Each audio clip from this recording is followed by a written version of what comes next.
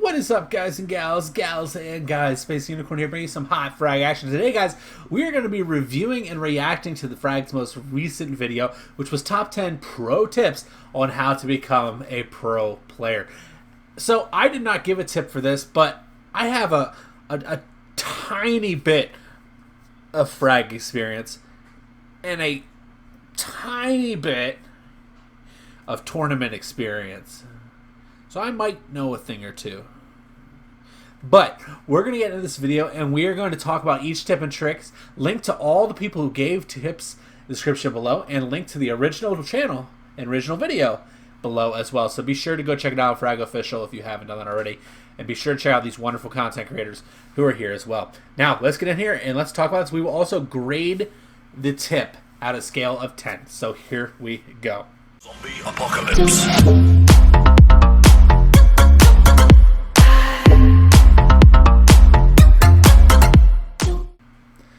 Alright, how to frag. What's up, fraggers? Do you want to become a like pro in Frag Pro Shooter? Well, you're in luck. We've asked a few of our amazing frag creators to share their hottest tips. In this video, hey, I know everybody's picture there. Top 10 pro tips and Uber tricks. But before we jump into it, be sure to subscribe and hit that bell. Let's get Like I said, guys, be sure to go check out the original video on their channel. Tip number 1. You Talk Gaming. I know this guy. You Talk Gaming says your deck must yourself. consist of cards from different rarities, as well as let's from listen. different categories. Never pack the same rarity cards, like going all in on legendary cards. Nor should you pack all categories with nothing but attack cards in your deck. You'll think that would be a great idea, but you will fail. Lesson learned. Great tip, Utwalk. Alright, let's talk about this. So, he is talking about deck building and understanding how to build a deck and structure. This is super, super important. Now, I agree with him on this, but there's one exception. Right now, on the current version, the meta is stale. So, while I agree that a 2-3, 4-1, or 3-2 is better, right now you can get away with running 5 attack cards. You can get away with running multiple legendaries because they're that strong. Unfortunately, that's just kind of the place the game is at. But historically, this is an excellent tip, and Frag will get back to a point where this tip is exceptional again. So, on a scale of 1 to 10, what do we rate You Talk Gaming's tip? Let's see. I'm going to give him a 7.5 out of 10, and that's the only reason it's not an 8.5 is because current meta allows for people to get away with running some stupid stuff. That's the end of this thing, that one. So be sure to go check out You Talk Gaming.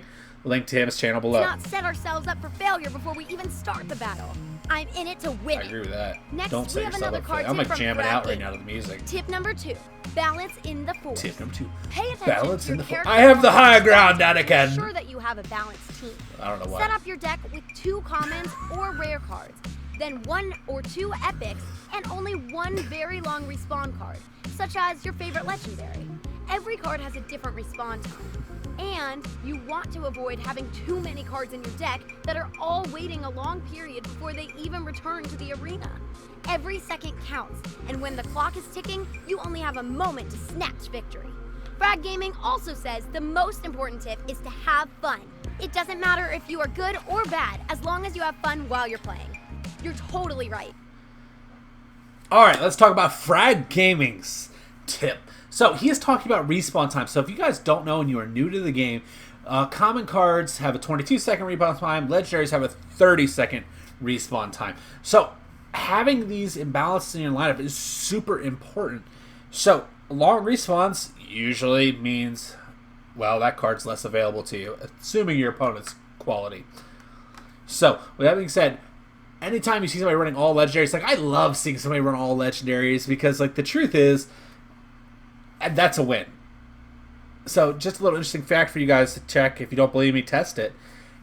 If you have a character that can move at 10 kilometers, 10.6 kilometers per hour, they can cover the entire field from one side to the other in under 8 seconds. So that 8 seconds of difference in respawn can make all the difference in the world if your opponent is coming for your towers or if you're trying to get pressure on them. So very good tip there, honestly. Now, he does mention that don't want to run more than one legendary. Right now, the legendaries are horribly imbalanced. And at the end of the day, you can get away with running more than one right now. But don't run. I would not run more than 3.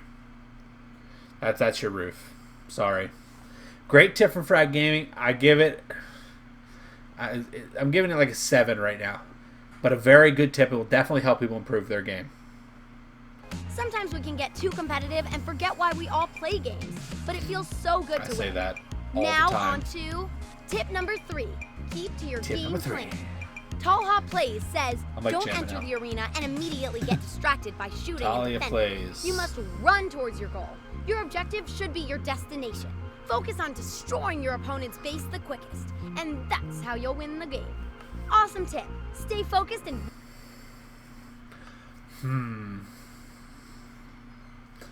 I don't know about this one. So here's the deal. In gameplay right now, because there's character imbalances, this is a good tip. The thing is, in tournament play, you can't do this. You do this in tournament play, you will lose.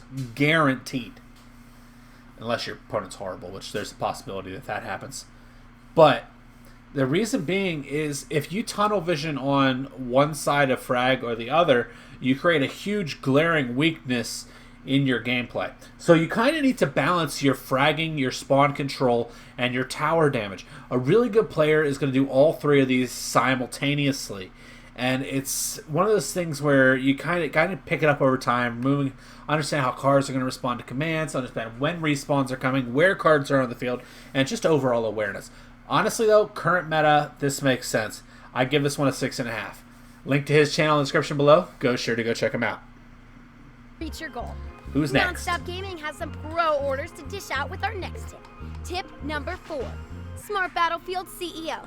Don't send orders for all your characters at once in the beginning of the match. If your opponent has Rip and Finn, Takeshi, Zap Girl, or any cards with a strong defense, you'll be crushed in one mega boom. It's best to order attacks when they split paths to distract opponents and their defense. And our next tip, also provided by Nonstop Gaming, is tip number 5. Send orders when idling. Okay, so he's just saying don't order your attack out of the gate as it can cause you to lose your entire lineup. This is true. This is a good point to make, especially if you are learning Frag. So good job on that part. Now, my discussion with this tip would be this. Oftentimes, if you get a really experienced player, they're going to play one or two ways. Way number 1, they're going to come at you aggressive. For instance, I'll always issue an attack out of the gate. Reason being is I want to see how my opponent responds. By doing this, you usually see me switch to a defensive character because I am expecting to stop that first push and get spawn control. But I'm sacrificing my cards to get that control. So in my head, I've worked out this is what's going on here, here, and here, and here. Okay, so I'm going to get this card back before he gets these cards back. I'm going to take out his push, and then I'm going to have open field. Remember, that 8 seconds respawn difference makes a huge deal. So while they may get some tower pressure on me, I've killed their lineup, and I have full respawns. So there is a tactic set. The other way that a player is going to play is passive. This is, okay, we're going to wait, and we're going to see what our opponent responds. These are great players as well. They know what's going on in the field. But a player that can read their opponent faster often wins the match. What I mean by that is this. So, for instance, if you're reacting to me out of the gate, I am watching how you respond as opposed to I issued this attack. I'm not going to do that every time. You're going to have to adapt to me, and you're not going to hit with the same thing again. So, good tip. Honestly, if you are trying to improve your gameplay, this is a good tip. 7.5 on that tip.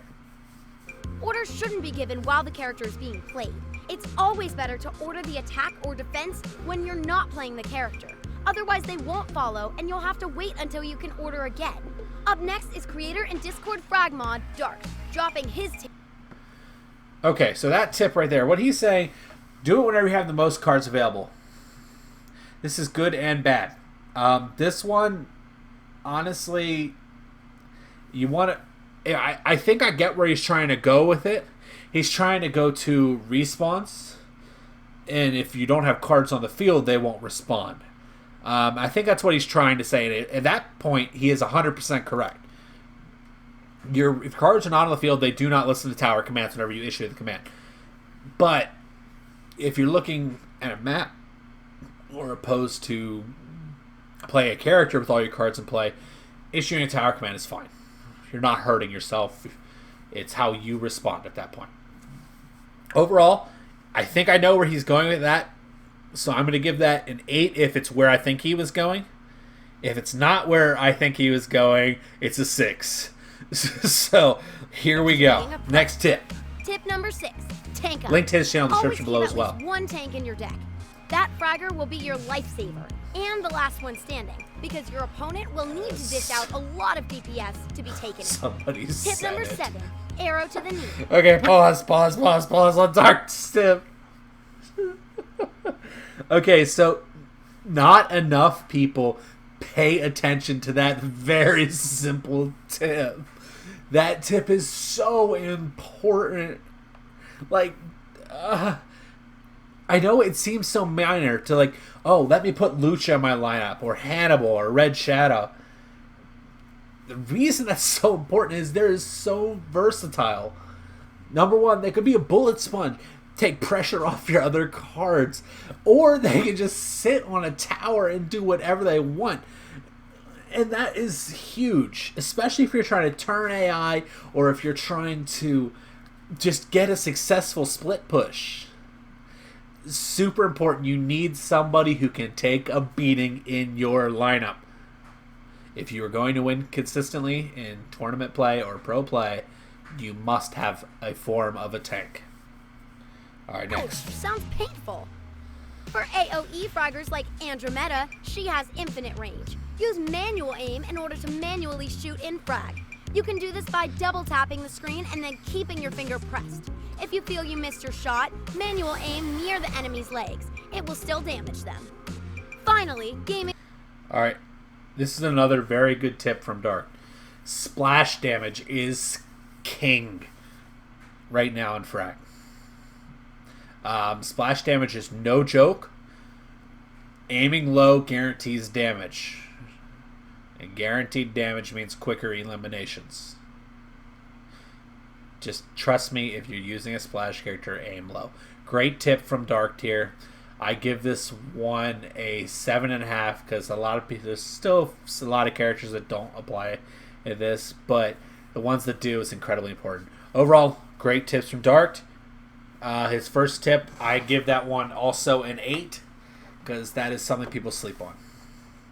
Now, for next Frag, line. we'll dish out Next our tip. last 3 pro character tips. When it comes to playing with specific characters such as Rip and tips. Finn, Dr. Crow, and Shino B, you'll want to keep these tips in mind. Tip number 8, Rip and Finn Tidal Wave.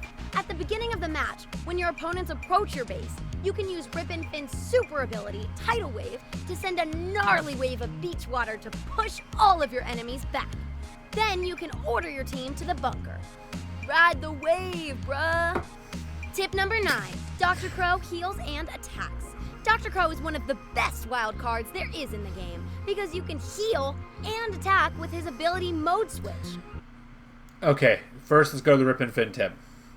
I am not a fan of Rip and Finn, and I am openly make that clear to people. Reason being, number one, legendary. Yes, his wave is great, but you don't play a card for just their ultimate ability. I am not a fan of Rip and Finn. So, unfortunately, gaming for Frag, I have to give that one a 4.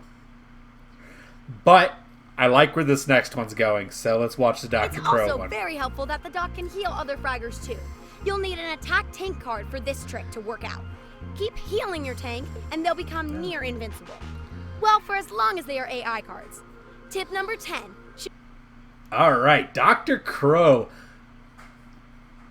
This is a top 3 most slept on card in Frag. He does not get enough love. He can do what Andromeda does. He can do what BB does. He can do all this, and he does it better. Dr. Crow is no joke. You need to check that card out. I really do like Dr. Crow and would recommend you check him out. Great tip, honestly. 7.5. Use Shinobi for defense. Shinobi can be used more effectively as defense. If you're thinking of rushing the base, forget it. This fragger has low speed, and if you use his ninja ability, Sneak Jitsu, you'll directly move to your base. But if you use it for just fragging, gaming for frag is sure you'll win. That's your top 10 pro tips. Alright, so Shinobi.